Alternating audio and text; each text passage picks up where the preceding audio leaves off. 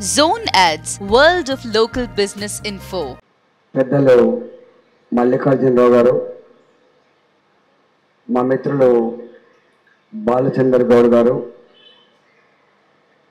Advisor Lingareddy గారు, రవీంద్రనాథ్ గుప్తా గారు,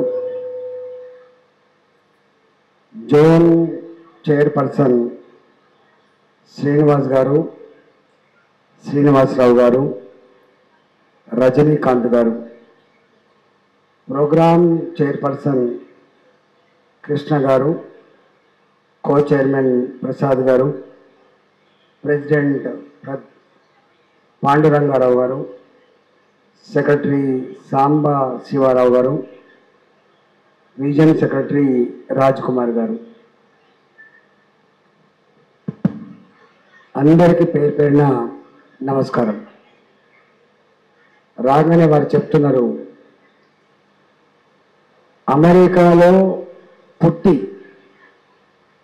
107 సంవత్సరాల వయసు కలిగి 200 దేశాల్లో విస్తరించి అనేక రకాల సహాయ శాఖలు అందిస్తున్నటువంటి సంస్థ ఈ లయన్స్ క్లబ్. క్యాన్సర్కి, కిడ్నీ డయాలసిస్ పేషెంట్లకి, షుగర్ రిలేటెడ్ పేషెంట్లకి, రకరకాల కళ్ళ జబ్బులు వాళ్ళకి, ఇట్లా అనేక రకాల సోషల్ కాజ్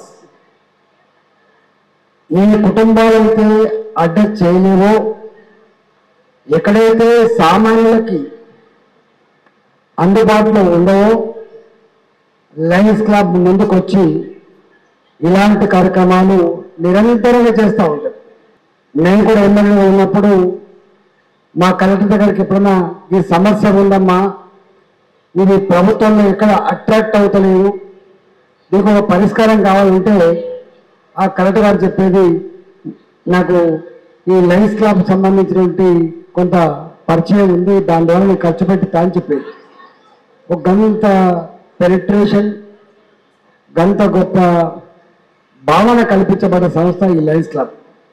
నేను ఒకటే, రెండవది, ఇప్పుడంటే మనిషి చాలా బిజీ అయిపోయింది కానీ ఒకప్పుడు మానవ సంబంధాల కలయికకి ఇది ఒక పెద్ద వేదిక. మనిషి పల్లెటూరులో సంబంధాలు బ్రహ్మాండంగా ఉంటాయి కానీ పట్టణాల్లో వచ్చినప్పుడు ఈ అపార్ట్మెంట్లో కింద ఉంటాలో పైన ఉంటే తెలియదు. అందుకని అంటే ఆ ఓన్నెస్ ఉండదు. ఈ మధ్య కాలంలో గేటెడ్ కమ్యూనిటీ కావచ్చు, లేదా అపార్ట్మెంట్ అలా కావచ్చు, కొంత కమిటీలు వేసుకొని ఆ సంఘీభావం కనబడతా ఉంది తప్ప అదర్వైజ్ చాలా దిక్కులు చూస్తూ ఉంటాం. ఈ పక్కకున్న ఆయన ఆ పక్కకున్న ఆయన ఎక్కడి నుంచి వచ్చిండ్రు, ఏం చేస్తున్నారు అనేటువంటి విషయాన్ని తెలియదు, పట్టించుకునే పరిస్థితి లేదు. అట్లాంటి దాంట్లో ఇవాళ మనకు ఒక అండ, మనకు ఒక భరోసా, అప్పుడప్పుడు మనం ఇట్లా కూర్చొని ఓ మీటింగ్ పెట్టుకొని కష్ట సుఖాలను పంచుకునే పద్ధతి అన్నిటిని మిక్కిలి మాకు కూడా ఒక మావోలు ఉండదు అనేటువంటి ఒక భరోసా ఇవ్వడానికి ఈ లయన్స్ క్లబ్ నిరంతరంగా పనిచేస్తుందని చెప్పి నేను భావిస్తున్నా. అంటే మనిషికి ఎంత బిజీ అయిపోయినటువంటి ఈ కాలంలో భర్త నౌకరు పోవాల్సిందే, భార్య నౌకరు పోవాల్సిందే, పిల్లల్ని ప్లే స్కూల్లో పంపిపోయి మేము మళ్ళీ చిరాకటి నిర్వహించుకోవాలని చెప్పి వదిలిపెట్టే పరిస్థితి. ఇళ్ళగా పెద్ద మనుషులు లేరు, నానమ్మలు లేరు, తాతయ్యలు లేరు. ఏ పిల్లలకైతే మన ఇళ్లలో ఆ విద్యాబుద్ధులు మాత్రమే కాకుండా కొంత సమాజ పరమైనటువంటి జ్ఞానాన్ని చెప్పాల్సిన వాళ్ళు ఉంటారో, సమాజాన్ని పరిచయం చేసే వాళ్ళు ఉంటారో, ఎథిక్స్ కానీ వాల్యూస్ కానీ చెప్పే వాళ్ళు ఉంటారో, వాళ్ళు మన ఇళ్ళలో లేరు.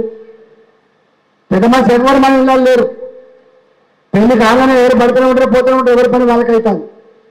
ఒక్క మాట చెప్పాలంటే భర్త భార్య ఎక్కువ మాట్లాడుకునే పరిస్థితి లేదు, పిల్లలు కుటుంబ సభ్యులు ఎక్కువ మాట్లాడుకునే పరిస్థితి లేదు.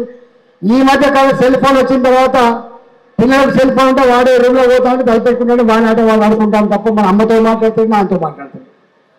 అంటే గట్లాడి పరిస్థితి వచ్చింది.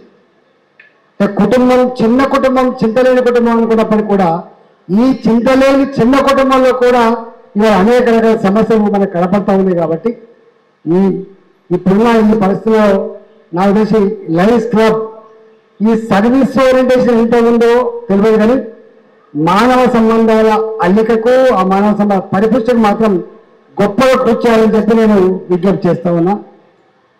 చివరగా మనం మనుషులం, సంఘజీవులం, మనం జనరల్గా మనం అంతిమంగా కోరుకునేది సంబంధాలు కోరుకుంటాం. కాబట్టి ఎవరిని కలిసినా కూడా టెన్షనే ఉంటుంది.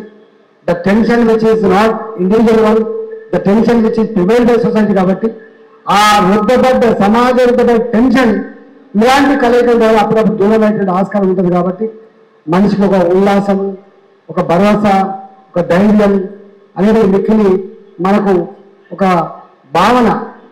రక్తాన్ని పంచుకొని పుట్టకపోవచ్చు, కానీ మనకు బంధువులను కాకపోవచ్చు, కానీ బంధువుల కంటే ఎక్కువ కలిసిమెలిసి ఉండేటువంటి పద్ధతి లయన్స్ క్లబ్లో ఉంటుంది. కాబట్టి ఈ పరంపరని సమున్నతంగా కొనసాగించాలని చెప్పి మీకు విజ్ఞప్తి చేస్తూ నమస్కారం.